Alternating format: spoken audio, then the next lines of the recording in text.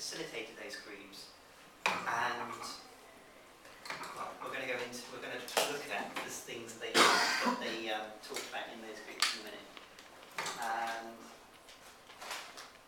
a bit of a thing to admit at the beginning, this wasn't originally a student stage to change project, but we felt that because the students were so involved in shaping the project, and because the project really couldn't have taken place without the students, that it really does fit the sort of ethos and the idea of student stage to change.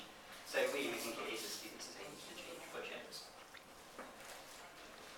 So what we did is to set up these peer coaching groups, we put the first years into groups, we booked rooms and we timetabled them, and we gave the second year students some training, but it was really very minimal training. It was just to give them the confidence really to lead the sessions.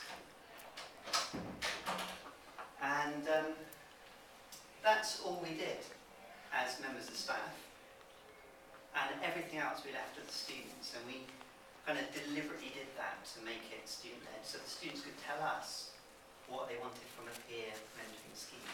So in that sense it was a student-led scheme. And I think when we had the student training, I said to them something like the staff are like the manure or the beans, and the students and the ideas they have are like the seeds that grow from them. So we basically produced a foundation that the students could then work from and create the system they wanted. Okay, so what sorts of things did we do in the project? So some examples. The first session we provided the students with a kind of a lesson plan, a suggested lesson plan of what they could do in that session. And it seemed like a good idea that that first session should be an icebreaker session.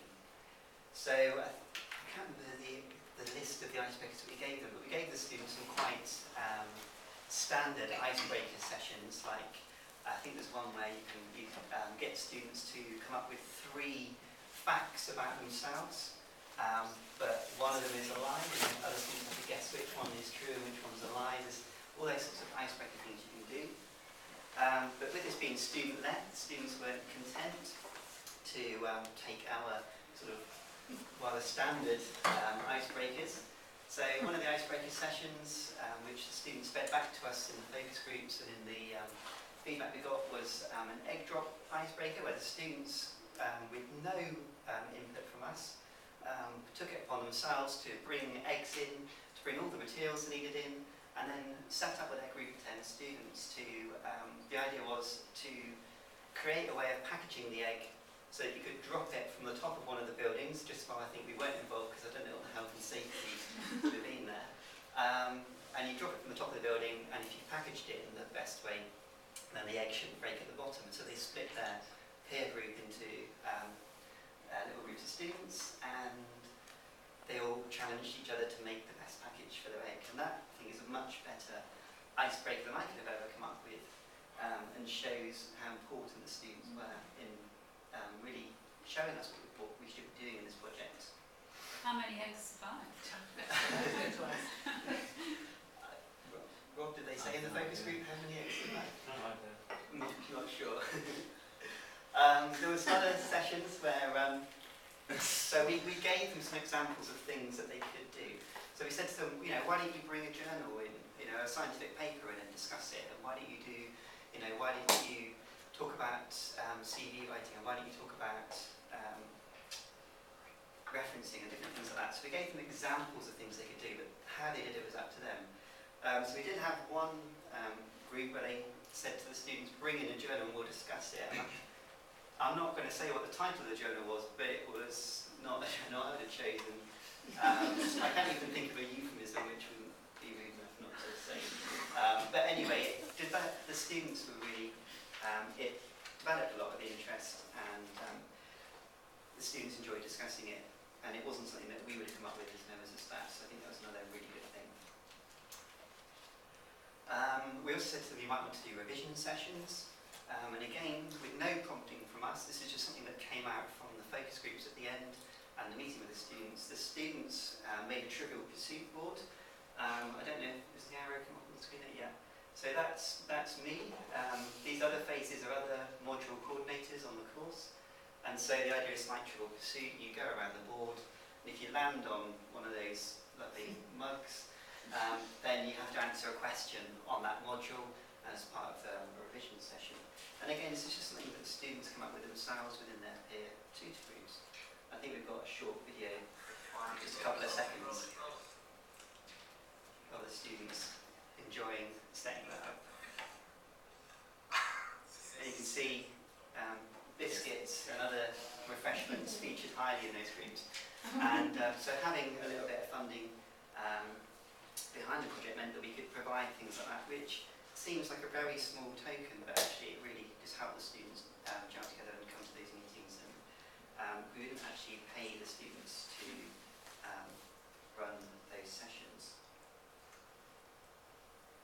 So the idea of the pilot was, for this peer coaching, was to really let the students run away with it and do the things that they wanted to do, so that we could learn from them and see what their sorts of needs were.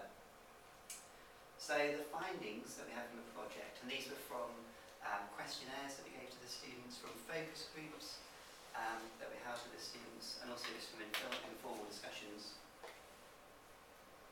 So from the questionnaire, we found that 100% of the participants thought that their leaders were friendly and approachable. 95% said they covered what they wanted to in those sessions, and 77% would recommend the peer coaching to students for next year, which is good.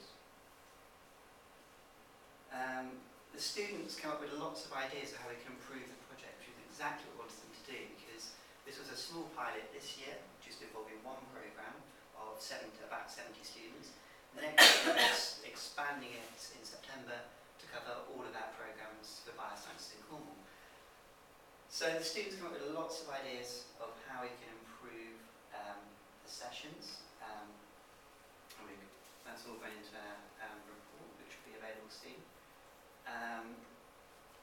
And they also gave us a much richer list of the sorts of things that they want to include in those peer groups.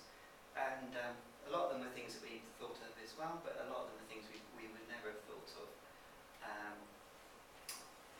And these are all things which the second year students can deliver that staff could never deliver. It's about the that